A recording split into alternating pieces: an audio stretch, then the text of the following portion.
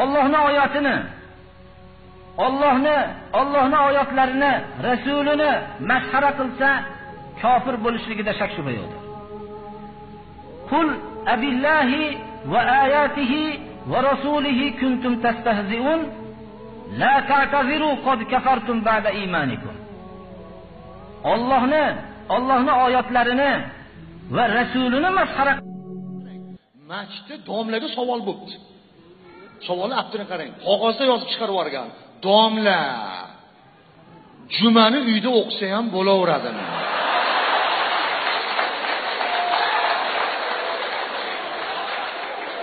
Buni qo'yib turinglar, qarab turinglar. Domla jumani uyda o'qisa ham bo'laveradimi?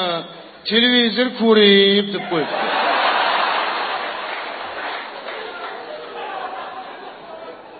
Uyda o'qisa bo'laveradimi? Sizga domla hazm qilibdi, chidabdi-yu, televizor ko'rib ega tutib ketdi.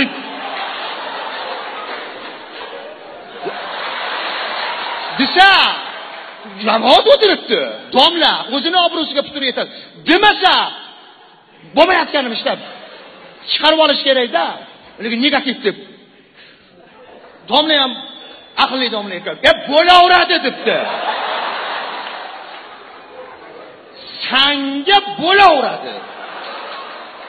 Sen uyda televizor ko'rib o'qisang bo'laveradi. Farosatingdan sen yana debdi. Ana uyingdagi xaladinligingga qora mato tashab, bir aylanib hajam qilib oldirmish.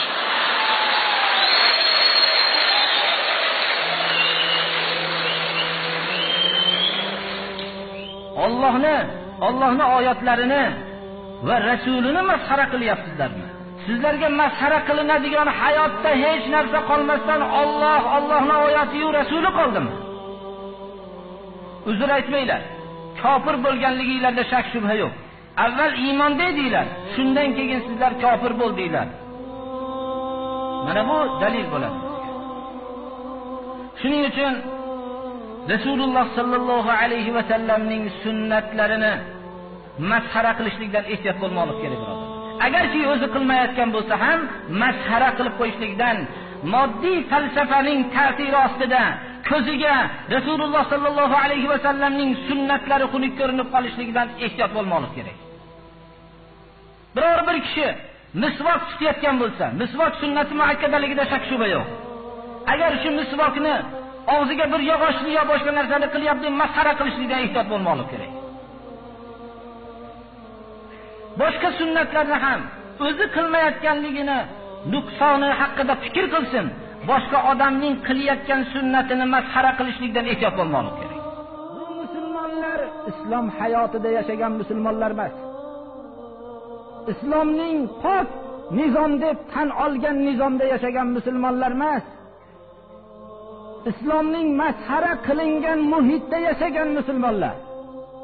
Ertamandan kechgacha islomga qarshi so'zlarni eshitib katta bo'lib, o'zlarining ota-onalarining pok ibodatligini ko'rib, alhamdulillah ibodatini saqlab qolgan xolos, islomning pok hayotni ko'rgan emas. Islomni avval hayotda bir tatbiq qilinib, uni ko'ringki, unda ine shunday har kuni mahkama yuradigan kishilar bo'ladimi, yo'qmi, buni keyin tekshirib ko'ring. Ammo islomni masxara qilib, musulmonlardan pokiza hayotni talab qilmang siz.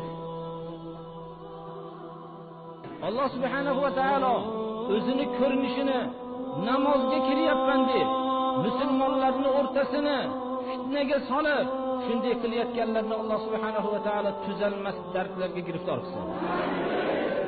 Alloh subhanahu va taolo shunday farzandlarni tarbiya qilishlikni Alloh hech qaysimizga nasib qilmasin. Alloh subhanahu va taolo agar farzandlarimizdan din bilan kurashadigan avlodni bo'lishligini iroda qilsa, o'zi halok qilib yoshligida yo'qotib yuborsin. Alloh subhanahu va taolo zurriyotimizdan dinga yordam beradigan kishilarni chiqarsin. Alloh subhanahu va taolo din islomni o'zi himoyasiga olgan, o'zi himoya qilsin.